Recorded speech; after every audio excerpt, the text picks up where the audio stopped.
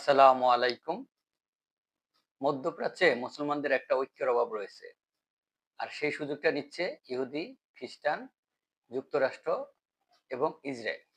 Israel ইতিমধ্যে সেই সুযোগটা কাজে লাগিয়ে অনেক সফলতা লাভ করছে।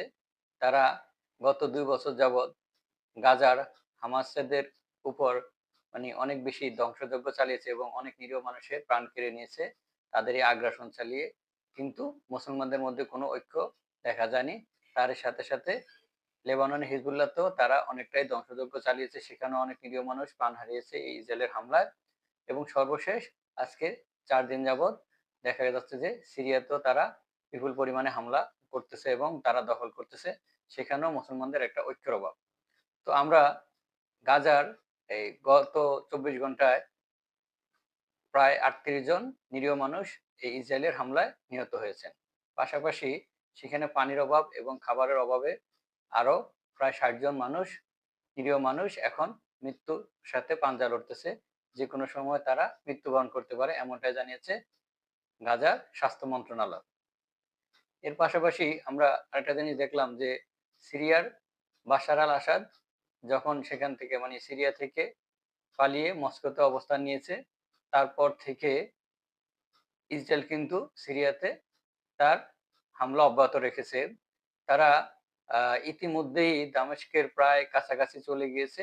দামেস্কের উপশহর কাতনার মাত্র ৩ কিলোমিটার দূরে তারা এখন অবস্থান করতেছে এবং দামেস্ক থেকে মাত্র ২০ কিলোমিটার দূরে তারা অবস্থান করতেছে। তো এতে বোঝা যাচ্ছে হয়তোবা খুব শীঘ্রই তারা দামেস্কের উদ্দেশ্যে বা দামেস্কে পৌঁছে যাবে। তখন কিন্তু সিরিয়া ইসরায়েলের নিয়ন্ত্রণে চলে যাওয়ার সম্ভাবনাই রয়েছে। কারণ এর মধ্যে কেউ তাদের বিপক্ষে কোনো প্রতিবাদ বা কেউ তাদের কোনো বাধা দিচ্ছে না। সেই ফলশ্রুতিতে তারা হয়তোবা অনেক সহজেই দামেস্কের নিয়ন্ত্রণ নিয়ে নিবে। এবং আমরা গত ৪৮ ঘন্টায় ৪৮ ঘন্টায় ইসরায়েল এই সিরিয়াতে প্রায় ৪৮০ টি হামলা করেছে।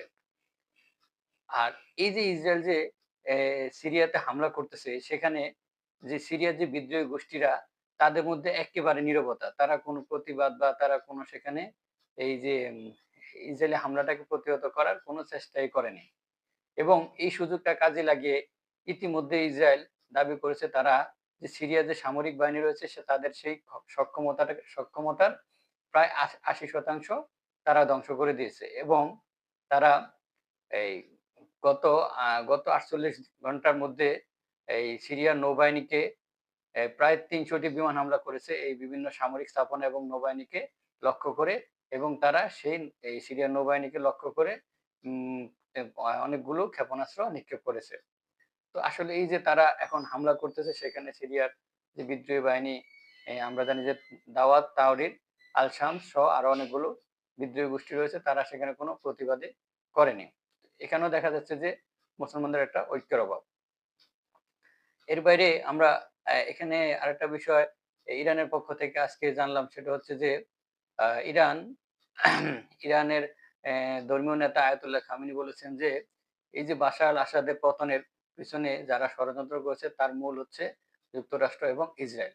এবং তিনি একই সাথে এই সিরিয়ার পার্শ্ববর্তী দেশ তুরস্ককেও এই অভিযোগে দায়ী করতেছেন। তিনি মনে করতেছেন এখানে তুরস্কেরও কিছুটা হাত রয়েছে। তো এখানেও বোঝা যাচ্ছে আসলে মুসলমানরা মুসলমানদের ক্ষতি করতেছে। একে তো ঐক্যের অভাব, আরো উল্টো পেছন থেকে বিভিন্ন কলকাঠি নাড়তেছে। আর আরেকটা সবচেয়ে গুরুত্বপূর্ণ বিষয়, সেটা হচ্ছে যে আমরা সবাই জানি সিরিয়ার সবচেয়ে কাছের মিত্র অথবা বাশার আল আসাদের সবচেয়ে কাছের বন্ধু হচ্ছে ভ্লাদিমির পুতিন। তো রাশিয়ার পক্ষ থেকে আজকে এমন একটা বিবৃতি আসছে, সেটা হচ্ছে যে রাশিয়ার যে ক্রেমলিনের যে মুখপাত্র দিমিত্রি পেসকভ বলেছেন যে আমরা ইতিমধ্যেই তাদের যে একটা অভিযান ছিল বা তাদের একটা মিশন ছিল সেটা তারা আগে শেষ করে ফেলছে। মূলত যে সিরিয়ার প্রেসিডেন্ট বাশার আল আসাদের পালিয়ে যাওয়ার আগে নাকি তাদের মিশন শেষ হয়ে গেছে। তখন সাংবাদিকরা যখন তাকে বলা হলো যে, "তো আপনাদের উপর এখন যে বিশ্বে যে একটা এই যে সিরিয়ার বাশার আল আসাদ যখন পতন হয়েছে তার প্রভাবটা কি মধ্যপ্রাচ্যে পড়বে বা বিশ্বে কতটুকু পড়বে?" তার প্রতিক্রিয়া হিসাবে পেসকভ বলেছেন যে, "আমরা এই অঞ্চলে যে দেশগুলো রয়েছে তাদের সাথে বিষয়টা নিয়ে এখনো আলোচনা করতেছি।" আর এমনটা একটা প্রতিবেদন করা হয়েছে রাশিয়ার গণমাধ্যম তাস এ।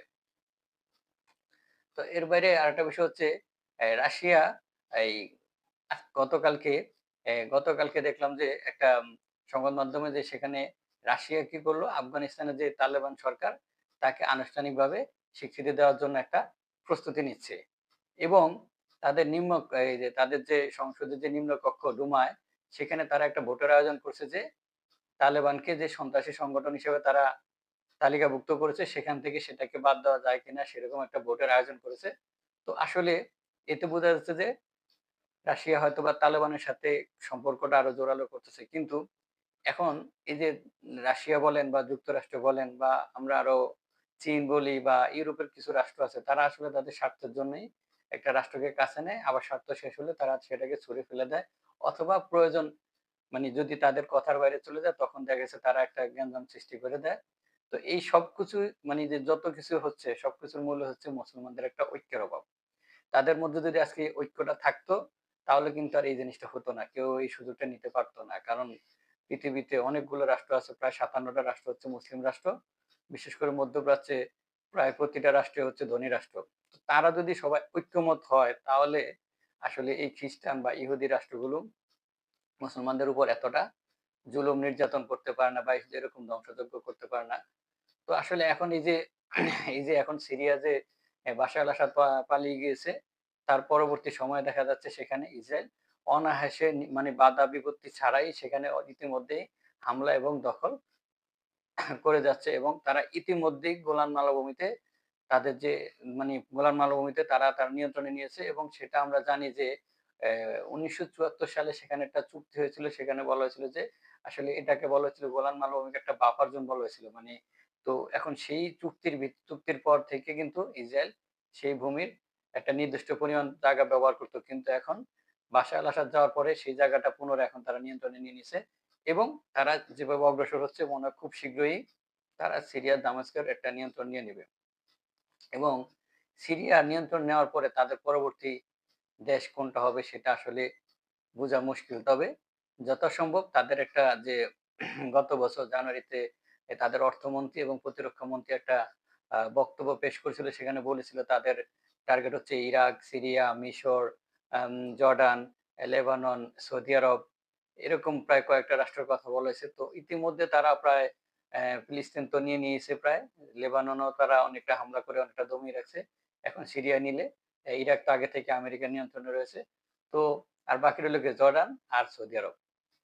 মিশরে তো মিশর, সৌদি আরব, জর্ডান। তো পরবর্তী টার্গেট হওয়ার সম্ভাবনা সম্ভবত সবচেয়ে বেশি জর্ডান। তো আসলে এই জিনিসটা তারা মুসলমানরা বুঝে নেয়। জর্ডান এখন আমেরিকার পিছনে দৌড়ায় বা সৌদি আরব দৌড়াচ্ছে, মিশর দৌড়াচ্ছে। তো আসলে একে, একে সবাইকে নিয়ে নিবে, সব জায়গায় দখল করবে। তার পরবর্তী নিশানা হবে সম্ভবত ইরান সর্বশেষ। তো দেখি মুসলমানরা কবে এই বুঝটা হয় তাদের, তারা কবে নিজেদেরকে ঐক্যমত্যভাবে নিয়ে আসে। তারা যত দ্রুত তাদের এই ঐক্য সৃষ্টি করবে তত দ্রুতই ইহুদি রাষ্ট্রগুলো পাশাপাশি খ্রিস্টান রাষ্ট্রগুলো ভয় পাবে। আর পরাশক্তিগুলা তারা মানে এই ছোট, ছোট রাষ্ট্রগুলোকে তাদের প্রয়োজনে ব্যবহার করে। ব্যবহার শেষ হলে তারা তো এগুলো ছুঁড়ে চলে যায়। সেটা আমরা লক্ষ্য করলাম এই এই গাজার হামাসের প্রতি হামাসকে দেখে। তারপরে এখন আবার এই যে সিরিয়ার বাশার আল আসাদকে দেখে। তার আগে দেখেছি এরকম আফগানিস্তানকে নিয়ে এরকম খেলেছে। তো যাক, দেখা যাক কবে মুসলমানদের হুঁশ হয়, কবে তারা এই নিজেদের তারা ভুল পথ থেকে নিজেরা এক হয়ে একসাথে কাজ করে এবং এই একজোট হয়ে সবার সমস্যার সমাধান করে। সবাইকে আল্লাহ নেক হায়াত দান করুক। সবাইকে সচেতন মানে এই সৎ জ্ঞানটা দিক। সবার জন্য মঙ্গল কামনা রইলো। সবাই ভালো থাকবেন। আমাদের সঙ্গে থাকবেন। আল্লাহ হাফেজ।